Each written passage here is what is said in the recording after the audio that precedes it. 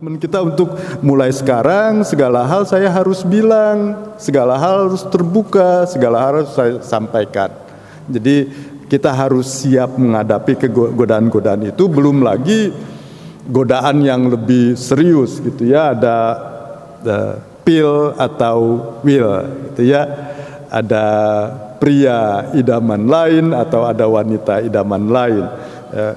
Berteman di kantor di apa, terus kayaknya ngobrol sama dia enak, kayaknya lebih ngerti saya, lebih apa saya.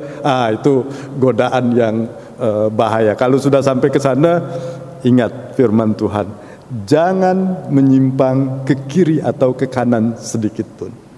Kalian harus hidup lurus. Kalian nanti akan berjanji dalam janji pernikahan, akan hidup sesuai dengan perintah Tuhan, akan hidup suci sebagaimana yang diajarkan oleh Tuhan dalam firman Tuhan.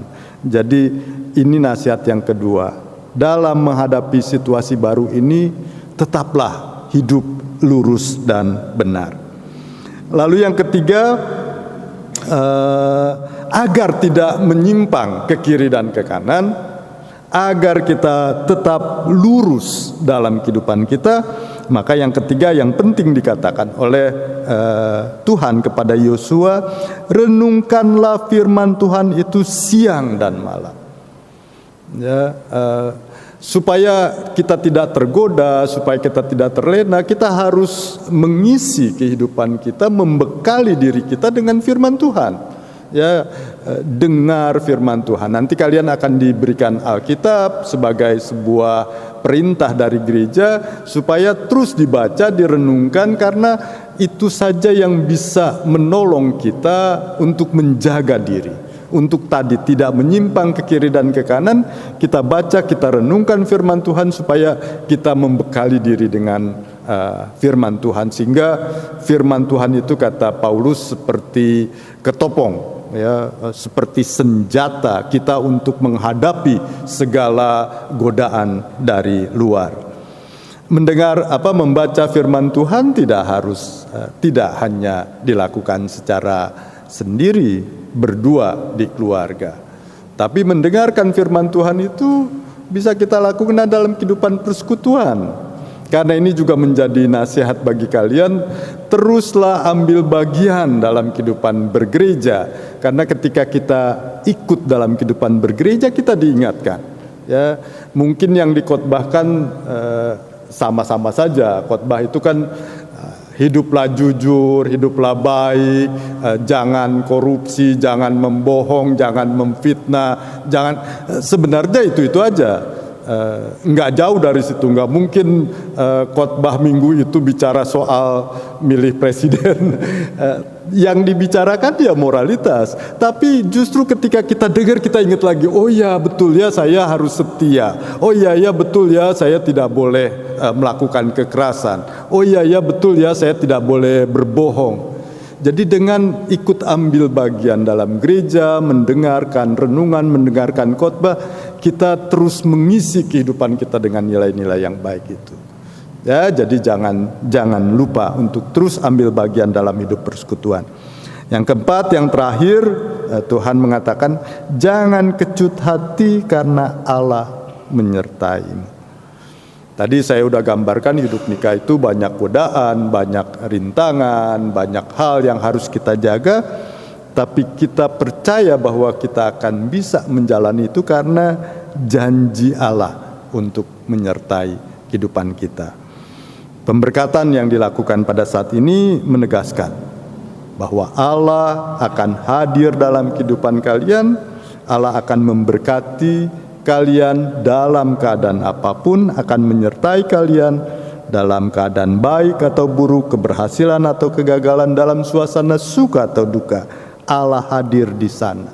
Allah akan memberi kekuatan, membawa berkat yang melimpah dan mengaruniakan kebahagiaan dalam setiap detik kehidupan kalian. Selamat memasuki hidup pernikahan. Selamat menjalani realitas yang baru dengan keyakinan ada Tuhan menyertai kalian. Amin. Jemaat yang dikasih, ada persembahan pujian? Nah, Kita akan masuk dalam tita pernikahan. Jemaat yang mengadakan kebaktian pada saat ini untuk menyaksikan dan mendukung dengan doa pernikahan Saudara Wawan Prasetyo dan Saudari Giska Nazela. Hendaklah diketahui bahwa pernikahan adalah sesuatu yang tidak boleh dilepaskan dari kehendak Tuhan. Pernikahan dimaksud dengan sebagai perwujudan bentuk persekutuan yang khas dan langgeng antara pria dan wanita sebagai suami dan istri. Di dalam hubungan nikah ini keduanya dapat hidup sesuai dengan kehendak Allah untuk memberi dan menerima kasih dan kesetiaan, pertolongan dan pelayanan timbal balik, baik dalam kesenangan maupun dalam kesukaran. Mengenai pernikahan ini, sejak pertama-tama menjadikan alam semesta, Allah berfirman, "Tidak baik kalau manusia itu seorang diri saja, aku akan menjadikan penolong baginya yang sepadan dengan dia." Selanjutnya Alkitab berkata, "Sebab itu seorang laki-laki akan meninggalkan ayahnya dan ibunya dan bersatu dengan istrinya sehingga keduanya menjadi satu daging." Yesus sendiri menganggap dan melukiskan hubungan laki-laki dan perempuan dalam pernikahan sebagai ikatan kudus. Berkatalah Kristus, "Karena itu, apa yang telah dipersatukan Allah tidak boleh diceraikan manusia." Rasul Paulus menamakan kesatuan dalam pernikahan sebagai suatu rahasia. Ia melukiskan hubungan suami istri dalam pernikahan sebagai hubungan antara Kristus dan jemaatnya. Berdasarkan kesaksian Alkitab sebagaimana disebutkan tadi, maka hendaknya jemaat menganggap dan menilai arti pernikahan itu dengan setinggi-tingginya dengan disertai penuh hormat dan ucapan syukur. Supaya saudara-saudara memelihara pernikahan saudara sesuai dengan kehendak Allah dan memperoleh berkat-Nya, dari itu hendaklah saudara-saudara memahami tujuan pernikahan, yaitu yang pertama, agar suami dan istri dihubungkan oleh kasih yang benar, disatukan dalam persekutuan yang sebenarnya, saling tolong-menolong dalam segala hal. Yang kedua, agar suami dan istri memperoleh anugerah untuk membentuk keluarga.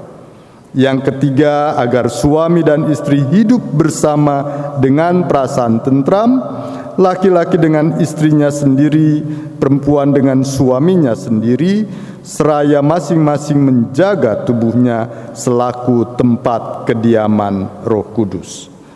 Ingatlah, kamu ini bukan milikmu sendiri, tetapi yang sudah ditebus dengan harga yang mahal. Sebab itu, muliakanlah Allah dengan tubuhmu. Ibu, Bapak, dan jemaat sekalian, kedua mempelai akan mengucapkan janji pernikahan mereka di hadapan jemaat dan di hadapan Tuhan. Di hadapan Allah dan jemaatnya, saya mengaku telah memilih dan menerimamu, Giska Nazelia, menjadi istriku, dan berjanji akan hidup suci sesuai dengan isi Alkitab, bersama-sama membangun dan memelihara pernikahan sebagai seorang yang taat pada Tuhan. Tidak akan meninggalkanmu baik dalam keadaan suka maupun duka, dalam sehat maupun sakit, dalam kelimpahan maupun kekurangan, dalam keberhasilan maupun kegagalan, sampai maut memisahkan kita.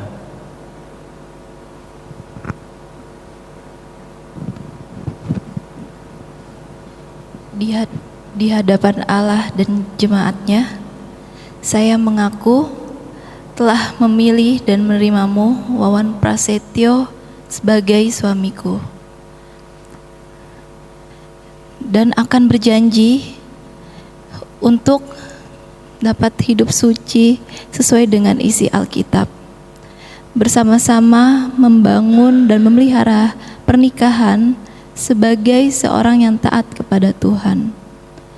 Tidak akan meninggalkanmu baik dalam keadaan suka maupun duka, dalam keadaan sehat maupun sakit, dalam berkelimpahan maupun kekurangan, dalam keberhasilan maupun kegagalan, sampai maut memisahkan kita.